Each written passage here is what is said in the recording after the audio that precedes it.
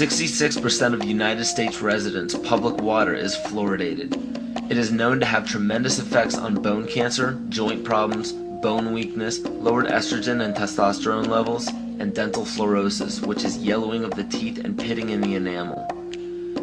Wouldn't it make more sense to enhance public water with vitamins which are meant to be ingested to promote overall health, rather than putting such a toxic chemical in our water with a bogus explanation that it will improve our dental health?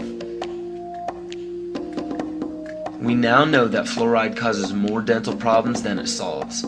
Something doesn't seem right about this. Do you honestly believe that these companies care deeply enough for the people to spend large amounts of their own money to fluoridate public water when the people already purchase their own toothpaste? But there's a difference between toothpaste and drinking water. We don't ingest toothpaste. If you go to any hardware store and look at any rat poison product, you will only find one ingredient: sodium fluoride. It is the most toxic ionic molecule outside of potassium dichromate. Now Dannon, along with other companies, have begun fluoridating bottled water. It is becoming increasingly difficult to get away from. And the fact that fluoride is also used in many prescription antidepressants shows that it eliminates aggression and motivation in people.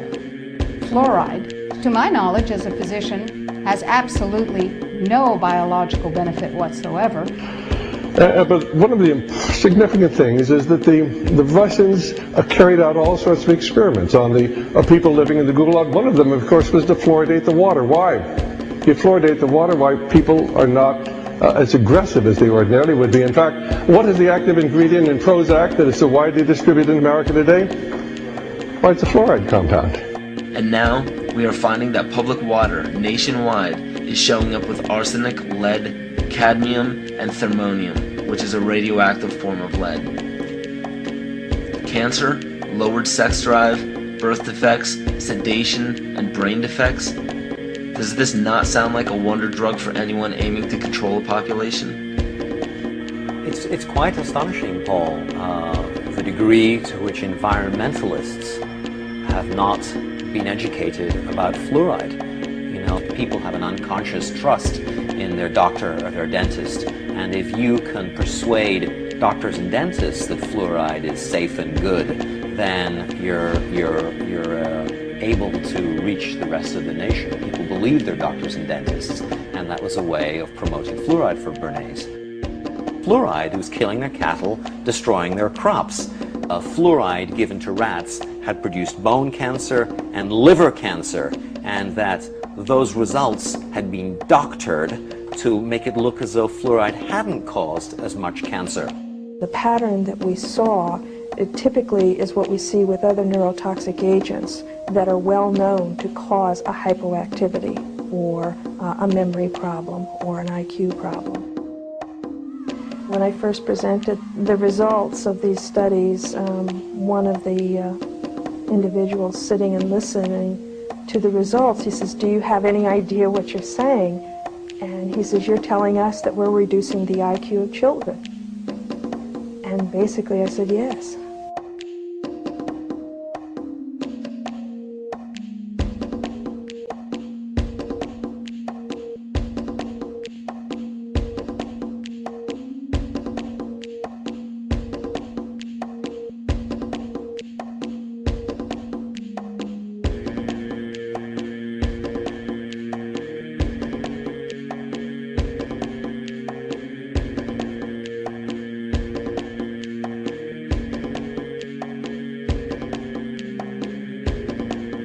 Aspartame, the artificial sweetener found in almost every low-sugar or sugar-free product on the market.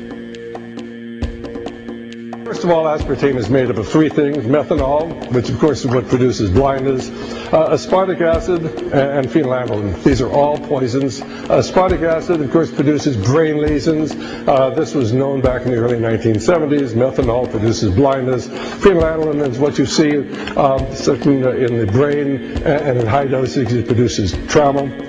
We're not making this all up. The FDA did publish back in, I think it was in the 80s, they did publish the 92 potential side effects of aspartame. And they do, these side effects are are extremely serious. Things like dizziness, problems with balance, abdominal pain and cramps, changes in vision, seizures and convulsions, etc., etc.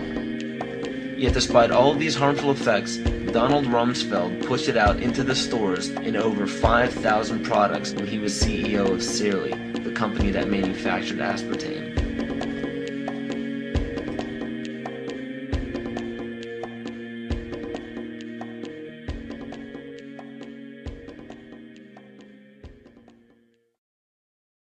The sustainable goal is the elimination of the middle class.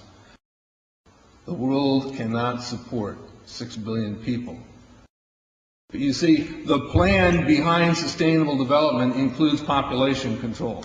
It's a program for land use control, education control, and population control. The leaders of the sustainable movement say that the world's human population should not exceed 500 million people. That's a 93% reduction of today's population levels. In 1992, while the Rio conference was going on, George Bush, then president, was there. He was just offshore in Prince Charles's yacht, where he executed the Agenda 21 protocols on behalf of the United States and brought it back to Washington, D.C. Within a year, Bill Clinton, by executive order, established the President's Council for Sustainable Development. In 1996, Bill Clinton set up the President's Council on Sustainable Development.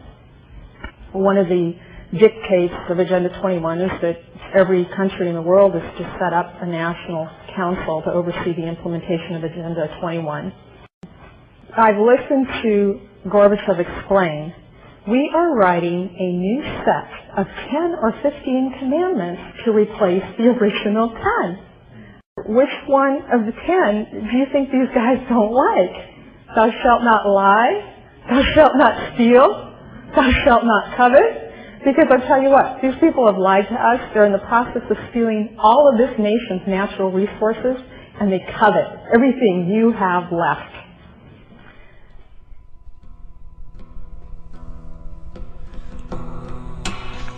To explain the map, the red are areas that are to be off limits to human beings. If you live there, you won't. The yellow areas are the areas for major control of all human activity. If you live there, you won't. The black dots are the smart growth zones. That's where human beings are to be stacked and packed in small living units along rail tracks. The smart growth program ultimately has jobs assigned and children cared for by the state.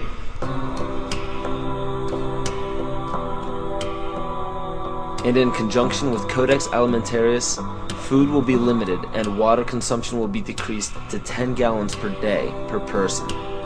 That is over a 90% reduction in people's average daily water consumption.